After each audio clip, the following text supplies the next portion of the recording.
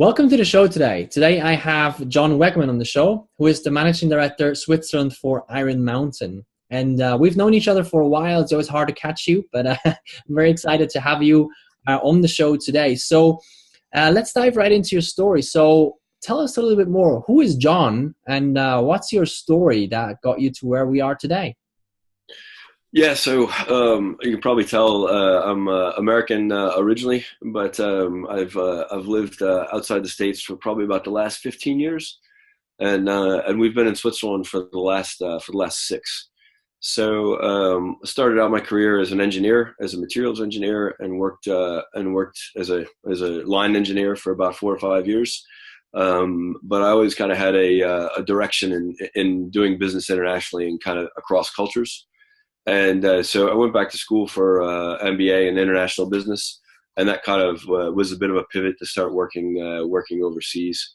And it's taken me from China to Japan to the UK to Finland and most recently Switzerland, which is home, I must say. Very nice. So tell me a bit more about your journey. I mean, you basically went from being an engineer to now running an entire organization, basically. With it's actually an entire organization that you're running there. So what was that journey like? I think, starting as an engineer, you're very comfortable with data and numbers and looking at things that are most of the time black and white. As you kind of grow and look at getting into more general management, people and situations become a bit more fluid, and you really need to develop a bit of a radar or a bit of a sense for, how to work through that. And it can be comfortable sometimes. It can be very uncomfortable sometimes. I love that. Yeah. That transition is an interesting one from a mindset perspective. So a curious question. When you go to work every day, what is the thing that inspires you to get up in the morning and go to work? That's a great question. I think, working in Switzerland is probably the most fun and the biggest challenge I've ever had in my career. Our business is pretty well split between Romandie and the German-speaking part. And there's almost kind of a programming like in the Matrix, right? You kind of need to reboot. You need to kind of reboot the part of your brain to understand how the thinking and the approach that you need to take. So, the business problems and the business challenges we have are always kind of the classic ones. Do I have the right strategy? How do I get things implemented? Aligning the budget, the organization. I mean, these are kind of classic management problems. When you put on top of that, the need to work across cultures, it's another level, and it's exhausting sometimes, but equally it's very energizing. And when you get it right, it feels very good. Being an American overseas, I think sometimes is easy, sometimes it's not. But in Switzerland, I think it can be a bit of an advantage because somehow I'm the neutral party when it comes to managing the business, and they do tick differently, I think. But getting it right is just so much fun, and bringing the team together, closer and closer every month is a really good feeling. So it's about making things work that not necessarily are easy to make work together. Yeah, I mean, it's I think you hear it quite a lot in business. If it were easy, everybody would do it, so it's kind of about how can I say? It's about climbing the big mountain and not necessarily the small peaks in the valleys. Absolutely. Now, so you're running a fairly large organization now in Switzerland. Basically, you're the CEO of the company in Switzerland, and curious about that. How do you be CEO of the organization in Switzerland and still stay sane at the same time with everything that happens? How do you manage that? How do you do that? I think you need to pace yourself. The time I spend with my team is very energizing. Sometimes we set the strategy and the business is kind of running off of that, right? And that part can be comfortable because it ticks over a bit slow. I think that the day-to-day challenges are usually what becomes what makes it, let's say, crazy or surprising. The real key, I think, to staying sane is when you solve those small issues, is recognizing let's say the success, even if it's on a micro scale, for what it is, because it's easy. There's always, usually everybody that works for me is insanely intelligent, right? So by the time the problems filter up to my desk, they're usually the choice between bad and worse, or the ones that have 5 or 10% chance of success. So I think you need to be comfortable with that, and when we do get these small wins, to really be able to say, okay, recognize it for what it is, and take the energy from that. I love that. That's a really good one, but what ends up on your desk eventually. So if you had to point out maybe 2 or 3 key lessons learned along the way with running such a large organization, what would they be? If let's pick 3, if you had to pick 3 key lessons or key principles that you've learned.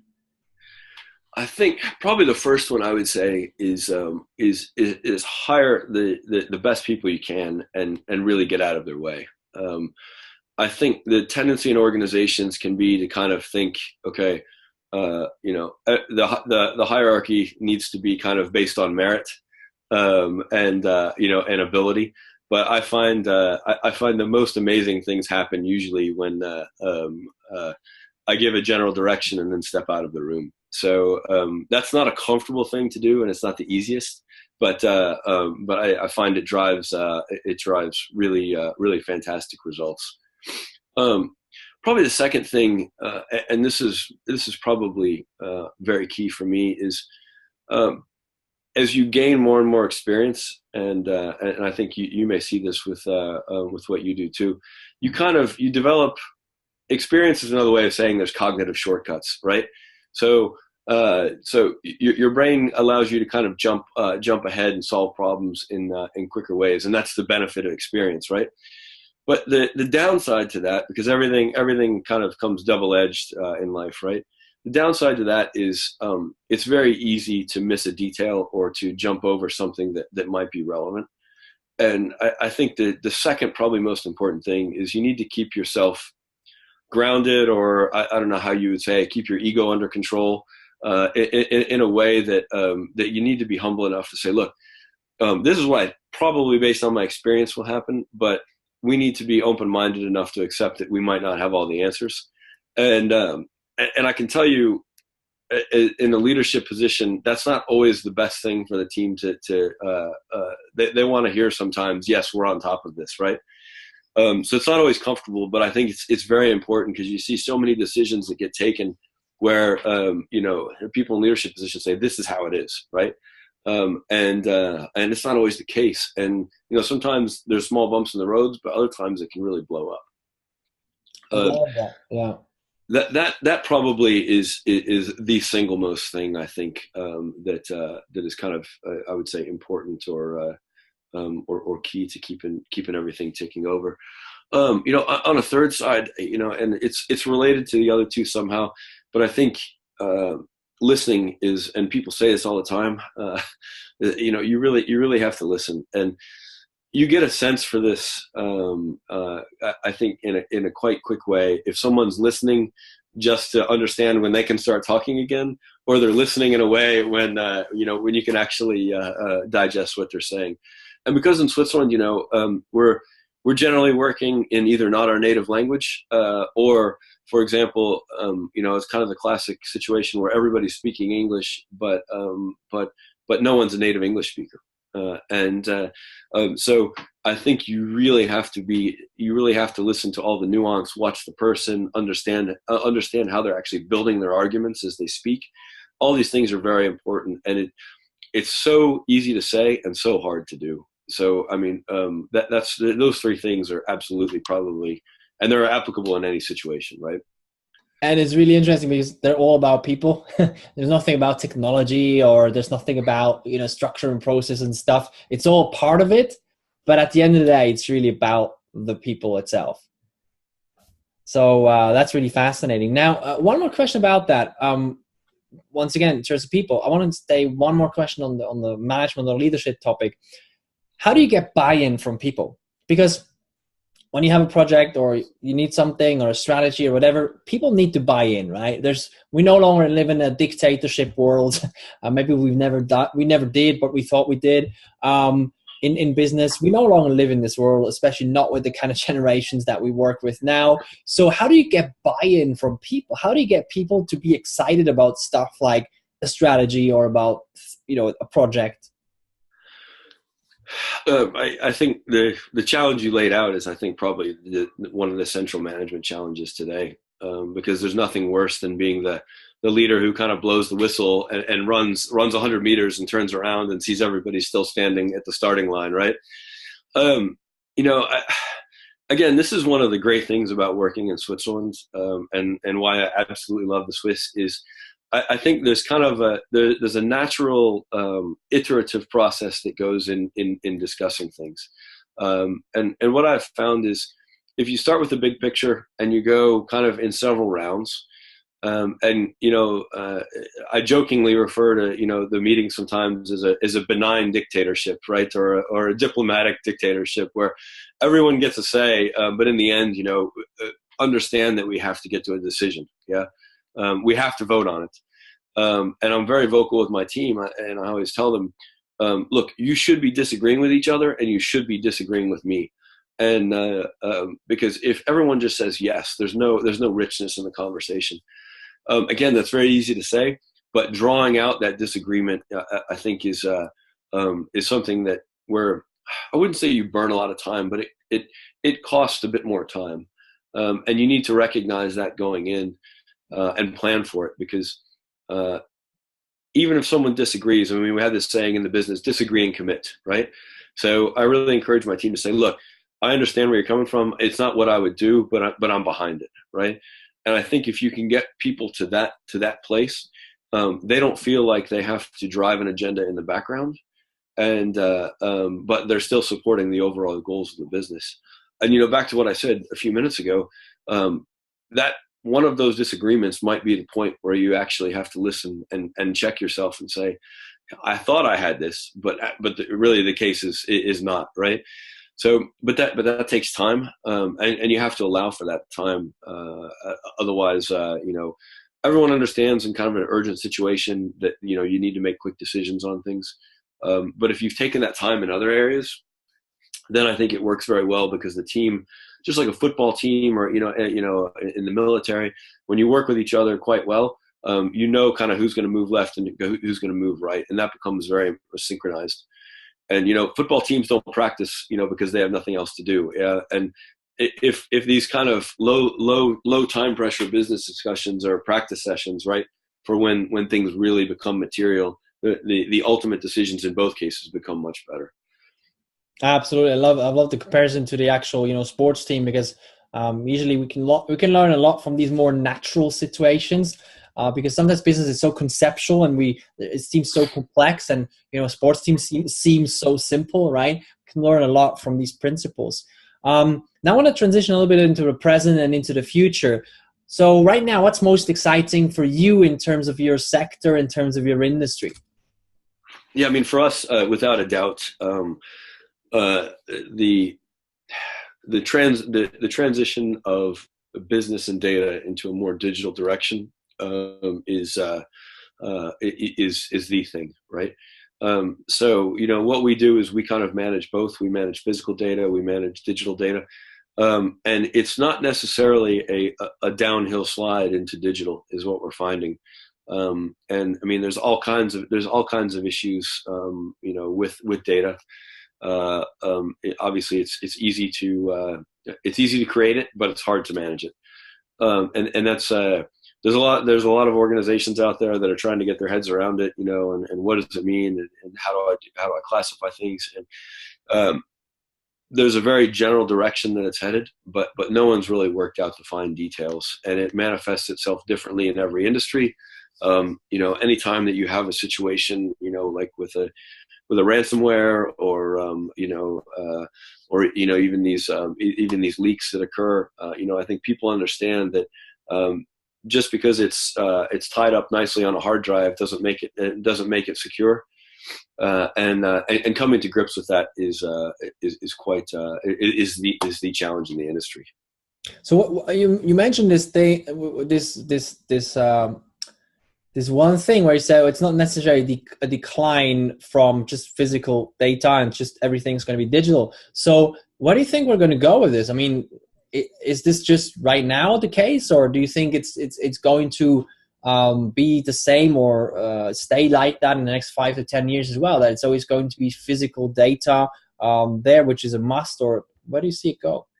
I mean, it's a heavy question. It's not one anyone has an answer to. If they tell you they do, then they're probably living on a cloud.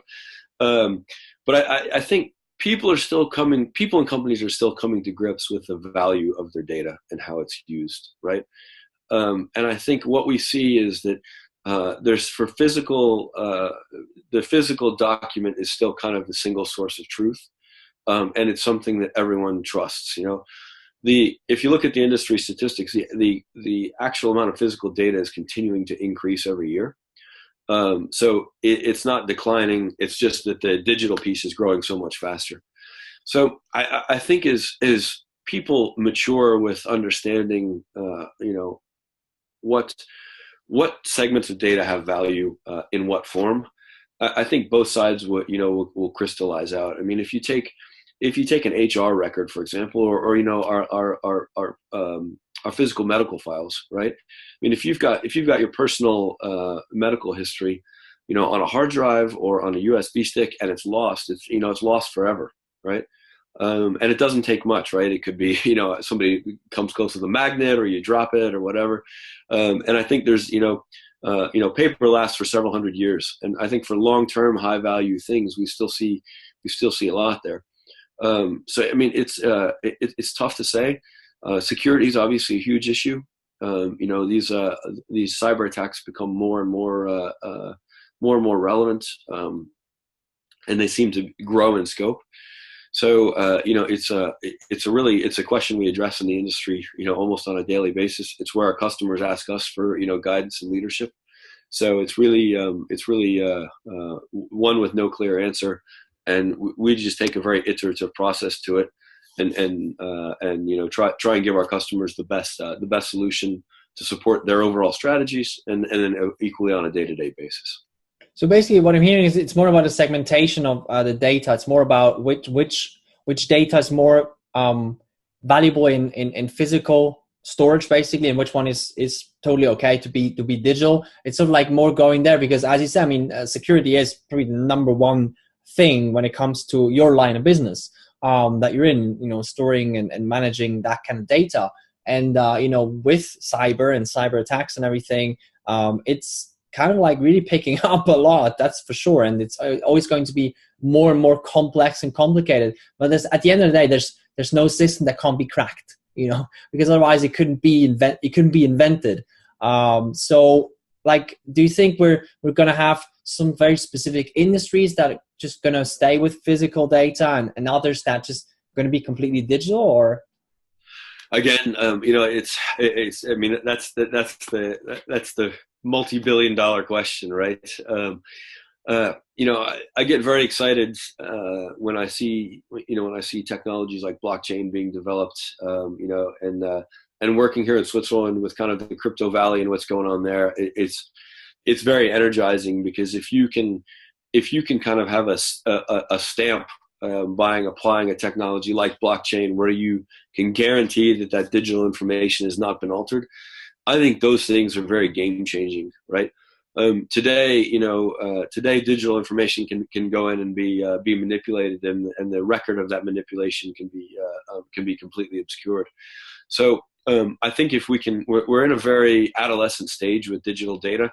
And I think it's going to be, a decade or more before that matures. I think people who have kind of grown up as digital natives need to move into more senior positions where it's understood in a slightly different way. And I think that people need to come to grips with the amount of data that you just generate yourself with a smartphone or something like that every day, people don't really realize the magnitude of what's flying out there, and you're giving it away for free, right? The famous saying, if you're not paying for the product, you are the product. So I think there's some maturing that needs to happen as well, with people understanding that the applications that are running on your phone are generating lots of data that gives insight into you, you as a person. So I think all of these kind of things need to come together and kind of coalesce into a corporate or a business view of things. And that's why, again, I think when I look at what's going on in the Swiss market, everyone always says, well, we're small in Switzerland and everything, but small is not necessarily a bad thing, right? It's what I find is businesses are a lot more agile and the ability to kind of track left to right. You don't have these scale issues that you would in a massive market or with a large enterprise. So, within my company, I kind of position Switzerland as a bit of an innovation hub, within the business, because the team is very agile and very open. And I think you see that in a lot of these startups and a lot of the things that are going on. Absolutely, yeah, and it is a very interesting place, that's for sure. And we could have a whole conversation about innovation in Switzerland. That's a separate one. But it is very interesting in terms of technology also that's developed now in Switzerland, or maybe not developed, but kind of like that's really being improved and worked on and leveraged, which blockchain is a huge part of that, and crypto value for sure, which is going to have a huge impact on the data business itself. That's for sure. So thank you so much for sharing your wisdom and insights. Really interesting conversation also on the leadership piece very much. So thank you so much for that. When people want to connect with you, learn more about Iron Mountain, about the kind of work that you guys are involved in, where can people go? What's the best place? Probably the best place is on LinkedIn or Xing. It's those platforms are pretty well developed, and always happy to have a chat. And back to what I said earlier, you need to accept that you might not have all the answers. So happy to connect and have good conversations. And you never know where it could lead. Perfect. So I'm going to link to the sources below the video so people can check it out and learn more about you and your work. So once again, thank you so much for sharing wisdom, John. I'm not sure how profound it is, but thank you very much.